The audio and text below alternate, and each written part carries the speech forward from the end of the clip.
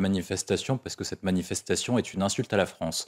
Monsieur Fauvergue a dit qu'on pouvait interdire les manifestations, effectivement, parce que comme c'est un droit fondamental, un droit constitutionnel prévu par la préambule de 46, on doit prévoir des troubles à l'ordre public. Mais comment on a réussi à interdire les spectacles de Dieudonné à l'époque lorsque Manuel Valls était ministre de l'Intérieur et Premier ministre? Pourquoi est-ce qu'on ne pourrait pas interdire les manifestations envers l'imam Iqiyoussen? Parce qu'il manifeste en soutien de quoi? Par rapport à ses propos antisémites, par rapport à ses propos contre les droits des femmes, ses propos contre les différentes communautés, par ce propos de soutien par rapport aux frères musulmans dont les valeurs sont incompatibles avec la République française, par rapport à son message d'intégrisme et son rôle de prédicateur qui influence des milliers et des millions de jeunes musulmans en faveur qui placent la charia au-dessus des lois de la République. Non, je pense qu'on aurait dû interdire cette manifestation parce que c'est contre les valeurs françaises et c'est contre notre modèle de civilisation. Et je trouve en France, on a un problème de liberté d'expression et la liberté d'expression est à géométrie variable. Ça veut dire que vous pouvez vous exprimer pour manifester contre la France, etc. Par contre, lorsque vous voulez défendre certaines valeurs ou certains principes, là où vous faites interdire par la préfecture de police ou éventuellement où vous êtes censuré sur les réseaux sociaux, voire éventuellement par une certaine presse bien pensante. Donc je pense qu'il faut rétablir la liberté d'expression, mais la liberté d'expression en faveur d'un certain cadre et qui respecte les valeurs françaises et les valeurs de la République française. Et je pense qu'il faut insister dessus. Parce que M. Iqiyoussen, lorsqu'on permet ce type de manifestation, qu'est-ce que ça veut dire? Ça veut dire qu'on a le droit de regarder ce type de vidéos, on a le droit de regarder et partager ce type de propos qui propagent à longueur de temps depuis le début des années 2000 et qu'on a le droit d'être en accord avec tout ce qu'il dit. Non, je ne pense pas qu'on a le droit d'être d'accord avec ça. C'est contre notre modèle, c'est contre nos principes et il faut le déclarer inconstitutionnel et incompatible avec nos valeurs. Jean-Michel Fauvergue, il est aussi français. Non, il a refusé la nationalité française. Il a refusé la nationalité La nationalité française, non. Le souci, c'est pour Gérald Darmanin, c'est qu'il est parti, mais il est parti pas parce qu'on l'a envoyé nous-mêmes, c'est qu'il a fui. Donc il a eu la liberté de choix et la liberté de résidence. Et actuellement, vraisemblablement, il est possiblement dans un pays européen. En tout cas, c'est une possibilité. Éventuellement en Belgique. La difficulté, c'est que s'il est en Belgique et qu'on a une liberté de circulation au sein des pays européens, c'est-à-dire qu'il peut circuler dans tous les territoires de l'Union européenne actuellement, parce qu'il n'y a pas de contrôle aux frontières dans les territoires de l'Union européenne. Moi, je pense que le sujet essentiel, c'est comment on se fait respecter à l'international et comment on fait pour vaincre le totalitarisme islamique. Parce que c'est ça la véritable question. C'est comment on fait pour que ces imams et ces prédicateurs ne puissent plus sévir sur le territoire français sous l'égide notamment des frères musulmans ou d'organisations salafistes, wahhabistes, etc. Je pense que le sujet essentiel, c'est de déposer une loi pour vaincre le totalitarisme islamique et adopter une politique étrangère qui soit cohérente. Monsieur Iqiyoussen n'a rien à voir avec nous pour deux raisons. Une raison, c'est qu'il sévit sur le territoire français parce qu'il prône et il tient des discours qui sont incompatibles avec notre République, nos valeurs et notre civilisation. Le deuxième point, c'est qu'il fait de l'entrisme pour l'ennemi et pour l'ennemi de l'extérieur, les frères musulmans, les wahhabistes et éventuellement certains États du Maghreb et des pays du Golfe. Et je pense qu'il y a beaucoup d'imams qui sont dans son cas et que l'imam Iqiyoussen doit être un exemple. Ça veut dire qu'il faut interdire ce type de manifestation pour ne pas encourager, parce qu'il a un public. On vous disait effectivement qu'il n'y a pas beaucoup de manifestants, mais le nombre de ses vues sur YouTube a augmenté de 275% durant la médiatisation de cette affaire. Et petit à petit, c'est en train de se retourner contre nous, comme à l'époque de Manuel Valls avec Dieudonné. Et donc, il faut interdire à ces personnes de pouvoir s'exprimer, parce que ces propos ne sont pas d'une liberté d'expression, c'est des propos qui sont répréhensibles pénalement, ce sont des délits, ce qu'il dit. Et tant qu'on ne mettra pas une loi concrète sur l'islamisme et le totalitarisme islamique, on ne sera pas en capacité de lutter parce qu'on n'est pas armé face aux juges et face aux différents carcans qui nous bloquent notre moyen d'action. Et je pense que c'est là le sujet essentiel. L'imam doit être un exemple, les autres doivent suivre. Si François Hollande, qui n'était pas quand même réputé pour être un grand courageux sur cette question, a pu mettre des perquisitions administratives au lendemain des attentats du 13 novembre, pourquoi est-ce qu'Emmanuel Macron et Gérald Darmanin, qui souhaitent être actifs sur cette question, n'arrivent pas à le faire? Jonathan Siskou, s'il a fui, et la police ne peut pas être partout? C'est un drame quand ça arrive dans une seule ville. Quand ça arrive dans plusieurs villes, ça devient un fait de société. Et donc, du coup, les pouvoirs publics doivent s'en emparer. Il n'est pas normal que les Français qui respectent les règles, qui payent leurs impôts et qui contribuent au bien-être du pays, rentrent chez eux la peur et la boule au ventre. Et je pense au dernier témoignage que vous avez diffusé, d'une personne qui dit on va attendre 6 à 8 mois en restant chez nous le temps que ça se tasse. Je pense que le sujet essentiel, c'est comment on fait pour reprendre les territoires perdus de la République.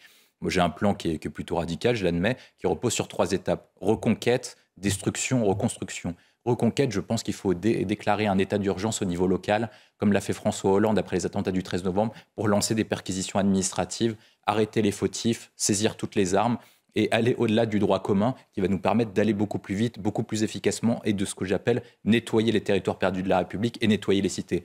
Et ensuite, après, on opère ce qu'on appelle la destruction. Ça veut dire qu'à par rapport à la loi SRU, par rapport à tous les ghettos qu'on a formés, on pète tout, parce qu'en plus c'est moche, et en plus ça ne permet pas aux habitants de vivre dans la dignité par rapport à leur travail, par rapport à ce qu'ils rapportent au pays. Je pense qu'on ne peut pas les laisser vivre dans ces conditions, donc du coup on pète tout, et ensuite après, si par cas on s'arrête uniquement à la destruction, on arrive comme ce qu'on appelle en Irak et en Afghanistan, ce qu'ont fait les Américains. Donc ensuite on a un sujet qui s'appelle la reconstruction. Comment on fait pour reconstruire? Il y a un premier volet qui est la présence de l'État, et ensuite après il faut trouver un modèle qui est attractif. Parce que là, dans votre documentaire, vous l'avez très bien rappelé, c'est en fait une partie de ces trafics, une partie de ces guerres se joue sur une question de trafic de drogue. Et donc, du coup, ce qui se joue, c'est comment on fait pour trouver un modèle qui est plus attractif que le modèle de trafic de drogue. Donc, d'une part, il faut couler le trafic de drogue en mettant un grand plan comme ce qu'ont fait les États-Unis contre la mafia dans les années au XXe siècle.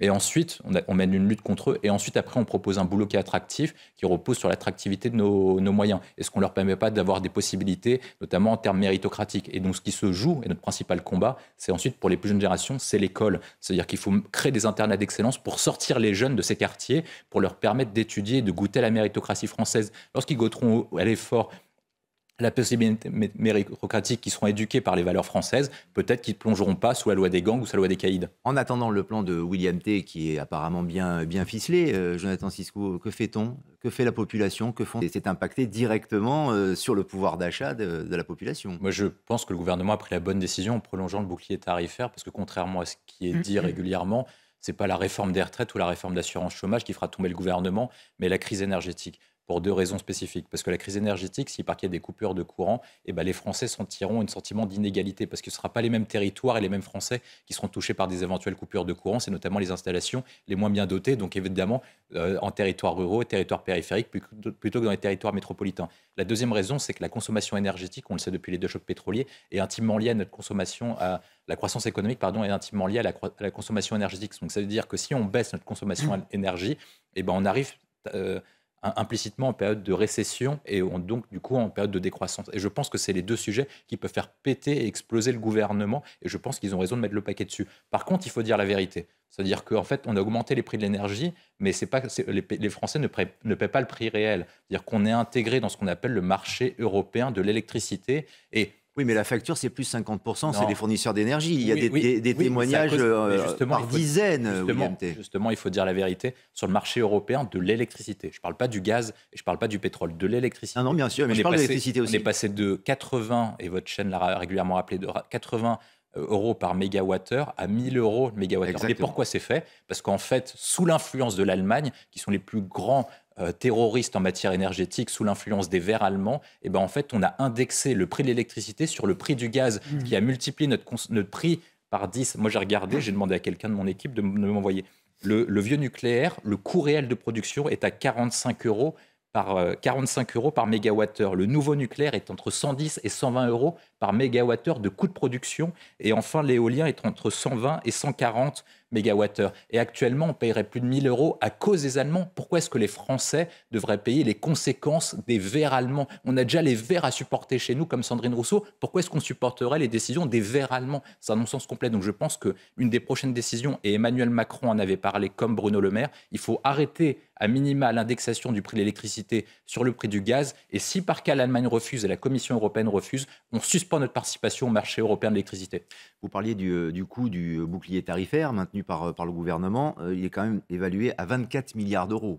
Oui, mais c'est rentable. Ce qui est une somme c'est rentable parce que si par cas les Français baissent leur consommation énergétique, admettons on baisse de 10%, implicitement on baissera notre croissance économique d'un certain nombre de points. C'est ce qui s'est passé pendant les deux chocs pétroliers de 73 à 79, quand on avait dit, sous des effets de sobriété énergétique, en fait la sobriété énergétique et toutes les politiques de non-consommation de l'énergie conduisent implicitement à une politique de décroissance. Et je pense que ça là, il faut faire attention entre une politique de sobriété, c'est-à-dire éviter le gaspillage, et une politique qui nous mènerait vers la décroissance. Non, oui à la sobriété, non à la décroissance qui nous conduirait au chaos pendant 10, 20 à 30 ans. Alors oui à la sobriété, Jean-Michel Fauvergue. En fait, je vais essayer de synthétiser ce qu'elle dit en 9 langues, mais je l'ai synthétisé normalement. En fait, ce qui se passe, c'est que normalement, on a assez d'énergie pour cet hiver de octobre à mars. La difficulté, c'est que le gouvernement n'arrive pas à savoir quelle température il fera, et c'est tout à fait normal. Ouais. Il n'est pas spécialisé. Avec le réchauffement climatique. En fait, tout change. On ne peut pas tout miser là-dessus, évidemment. On ne sait pas quelle sera la température. Si on a un hiver doux, on passe l'hiver tranquillement, on aura assez d'électricité, de gaz et de pétrole. Si par contre on a un hiver qui est plus rugueux et donc du coup une consommation énergétique qui soit plus élevée, Là, on aura des pics de tension et il y aura des coupures momentanées. Et c'est pour ça que le gouvernement prévoit, normalement, dans le pire des scénarios, vraisemblablement, on devra faire un effort de rationnement de 10%. Et c'est ce que prévoit Agnès Pannier-Runacher, dans la mesure où si par cas on a un hiver rugueux, et ben dans ce cas-là, on demandera un rationnement aux entreprises et aux ménages de 10%. Mais je pense que le sujet essentiel, ce n'est pas celui du rationnement, c'est celui de la production. Et c'est là où le gouvernement a une erreur, notamment incarnée par la Première ministre Elisabeth Borne. Parce que qui a annoncé la fermeture de Fessenheim et qui a annoncé et qui s'est mis sous le diktat et le joug des Verts, notamment en fermant Fessenheim pour des raisons politiques et idéologiques qui ont conduit au déclin de la France. Quand vous regardez la situation française, les Français, notamment 84% sur votre sondage, dit qu'ils se sentent vulnérables par rapport à la souveraineté énergétique. Mais quand on prend le nucléaire français, de 2000 à 2020, eh ben, on était exportateur net en matière d'électricité. On était peu dépendant du gaz et du pétrole. Et en plus, grâce à notre armée, notre politique étrangère, on s'était assuré des alliés, notamment Mohamed Ben Salman en Arabie Saoudite, le Qatar et les pays du Golfe et les pays du Maghreb, qui nous assuraient notre indépendance et notre souveraineté énergétique. Et qui a conduit et qui a tué cette politique uniquement pour faire plaisir à certains fous, notamment les Verts. Je pense que le premier sujet, oui, les Français feront de la sobriété énergétique parce qu'ils l'ont montré pour la période du Covid, ils sont responsables et ils sont solidaires, mais peut-être qu'Elisabeth Borne, plutôt que de donner des leçons, parce que je vise elle spécifiquement, parce que c'est elle qui a fermé Fessenheim, devrait peut-être présenter des excuses sur le fait qu'on soit vulnérable énergétiquement. Un petit mot de conclusion sur cette... Ah non, mais ça, c'est tout le génie d'Anne Hidalgo. Moi, je pense qu'il y a 2 décisions à prendre le plus rapidement possible de la part du gouvernement. C'est mettre Anne Hidalgo à la mairie de Paris sous tutelle du préfet. C'est le premier élément. Et deuxième élément, c'est de réformer la loi électorale pour que des personnes qui ne représentent pas les Parisiens puissent posséder les clés de la ville de Paris. Parce que Paris, c'est un peu la France aussi. Parce que c'est l'image de la France. Et on ne peut pas laisser la ville et notre capitale dans une situation pareille. Mais je vais reprendre à votre question. Alors, Anne Hidalgo dit qu'il faut favoriser l'électrique. Les prix de l'électrique ont explosé avec la crise énergétique. C'est une véritable génie. Ensuite, après, elle dit, deuxième point, qu'il faut favoriser la transition pour que les personnes passent à des véhicules électriques. C'est vrai qu'en ce moment, on n'a pas de problème de pouvoir d'achat. Les Français croulent sous l'argent magique. Et donc, du coup, ils ont tellement d'argent pour Noël. Ils n'ont pas de problème de fin de mois. Donc, du coup, ils peuvent tout dépenser. La fin de l'abondance. Ils peuvent tout dépenser à la fin de la semaine, à la fin du mois. Ils peuvent directement s'acheter un moto, dernier cri et le dernier véhicule électrique qui correspond. Et une fois qu'ils auront acheté ce véhicule électrique, Anne Hidalgo, une fois qu'elle verra les prix de l'électrique grimper encore plus, elle va dire « Ah bah maintenant, l'électrique est trop cher. » Et donc, du coup, il faut passer sur un nouveau méthode de transport. Vélo ou transport en commun. Et là, vous allez arriver à la question de est-ce que les transports en commun sont propres? Est-ce que les transports en commun sont sûrs à Paris? Et polluent. Et polluent. Et donc, du coup, il y a tout cet enjeu-là. Et donc, en fait, le problème d'Anne Hidalgo, c'est qu'en fait, moi, je pense que c'est un peu l'inverse de Midas. C'est-à-dire que Midas, tout ce qui se touchait se transformait en or. Et tout ce que touche Anne Hidalgo se transforme en plomb. Elle foire un peu tout. Elle a foiré les finances publiques de la ville de Paris. La ville est sale.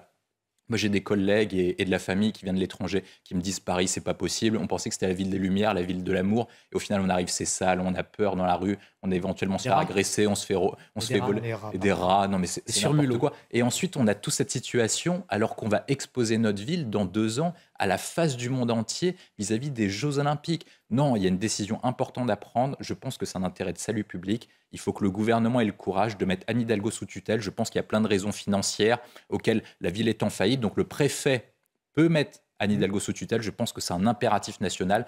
Et parce qu'il y a une question que vous avez posée qui est très intéressante, c'est est-ce que ça va s'étendre dans notre ville? Oui. Malheureusement, à Nancy, ça commence à s'étendre. À Lille, ça risque de s'étendre. Dans les villes aussi où il y a des maires verts, des maires écolos. À Lyon, ça va s'étendre. À Marseille, ça va s'étendre. À Grenoble, ça s'étend déjà. À Bordeaux, ça s'étend déjà. Est-ce que les Français et les habitants de ces métropoles ont mérité des maires comme ça? Non, je ne pense pas. Et donc l'État doit agir. Je pense que le gouvernement avait pris une bonne décision, notamment en compressant avec la majorité LR sur les prix de l'essence, et Anne Hidalgo a tout cassé. Ils les ont élus, ils n'ont pas mérité des maires comme ça. On marque une pause. On se enquête et tous les processus qui entrent en ligne de compte. Il est difficile de se mettre à la place d'Océane qui a vécu un an. Mais ce qu'on peut voir, c'est qu'il y a eu 2 points de bascule. Le moment où elle va voir les policiers et qu'elle dépose plainte, est-ce que les policiers font leur boulot? Et en fait, leur but, c'est de trouver une enquête. Et comme vous l'avez parfaitement rappelé, pour éviter tous les types de vice-procédures, pour éviter que l'enquête capote, ils sont obligés d'aller au plus vite. Et surtout, ils ont beaucoup d'affaires à régler. Et donc, du coup, on ne sait pas quelle est la personne qui est instruite, si la personne avait d'autres dossiers en même temps, et comment ça s'est déroulé la discussion. Ça, c'est le premier point. Sur la question de la justice essaye de faire au mieux. Bon, parfois, moi, je déplore un certain biais idéologique, mais elle essaye de faire de son mieux. Mais surtout, elle a un problème de moyens. Pas uniquement de magistrats, mais également de greffiers, d'assistants judiciaires, pour aller beaucoup plus vite. Mais ces volets de police et justice ont une fonction de rendre justice pour un volet réparateur. Ça ne permet pas à la victime, donc à Océane, d'éventuellement de s'en sortir. Et nous, on a un autre levier sur lequel on doit se concentrer, c'est comment on fait. Parce qu'on a eu le débat, par exemple, sur la question de Fred. On se concentre davantage sur la réinsertion des délinquants que sur la réparation vis-à-vis de la victime et pour réinsérer la victime dans la société par rapport aux drames qu'elle vive, comme des viols, des rackets, des violences, etc. Et je pense que c'est un enjeu et c'est un angle mort de part de politique publique, c'est qu'en fait, on ne met pas assez d'argent et assez de moyens sur faire en sorte que la victime se réinsère dans la société. Et plutôt que de se concentrer davantage sur les délinquants, je pense que c'est ça que la personne déplore, c'est qu'on se concentre davantage sur les délinquants que sur les victimes. Et comment on fait pour rendre justice d'une part, en donnant les moyens à la police et à la justice d'agir, mais également pour réinsérer la personne dans la société après le drame qu'elle vive. Et assister la justice aussi peut-être. Mais et ces propos peuvent être entendus par cette partie de la France. Les Français et la gauche a attendu 30 à 40 ans que Jean-Luc Mélenchon devienne un homme d'État. Il est visiblement jamais devenu. Ensuite, après, les Français l'ont envoyé à la retraite lors des élections présidentielles. Il a voulu revenir aux élections législatives. Les Français l'ont encore envoyé à la retraite parce qu'il rêvait d'être Premier ministre. Et aujourd'hui, Papy fait de la résistance en essayant de proclamer et d'être le professionnel de la manifestation et de foutre le bordel. Jean-Luc Mélenchon a vécu pendant 40 ans foutant le bordel dans le pays. C'est-à-dire qu'à chaque fois, il était là pour agiter, foutre le bordel au sein du Parti socialiste, parce que Hollande et ses amis l'ont foutu dehors parce qu'il foutait le bordel au sein du Parti socialiste. Ensuite, il a foutu le bordel chez les communistes. Là, maintenant, il a foutu le bordel chez LFI, comme vous l'avez rappelé.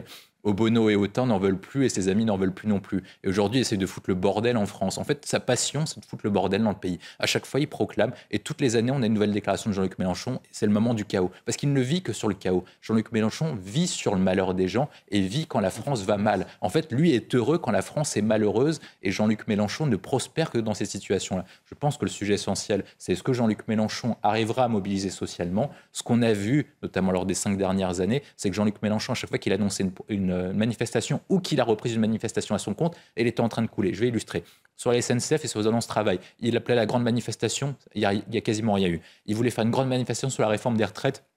Il n'y a pas eu de manifestation, en tout cas, les syndicats l'ont écarté. Sur les gilets jaunes, quand Jean-Luc Mélenchon reprend à son compte le motif des gilets jaunes, c'est le moment où le nombre de manifestants des gilets jaunes commence à baisser. Donc au final, moi je conseillerais aux personnes qui ont des raisons légitimes de manifester pour leurs droits sociaux, pour leur pouvoir d'achat, de le faire, mais sans Jean-Luc Mélenchon parce qu'il va couler votre mouvement. Néanmoins, ces gens-là, ces gilets jaunes, au Carrefour, à l'époque des manifestations. Où Mélenchon débarque dans les manifs, le nombre baisse et la manif devient plus populaire. Il se fait ostraciser, il se fait mettre de côté dans la manif.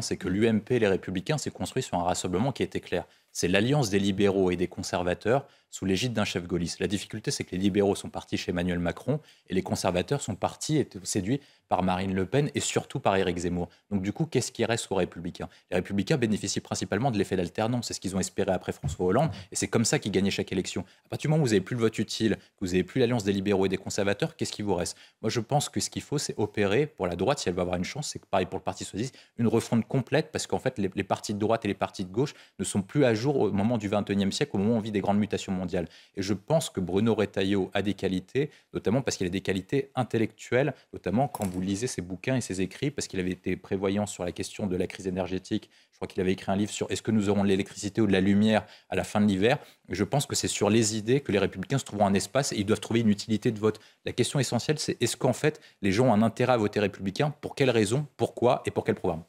Merci de nous avoir accompagnés.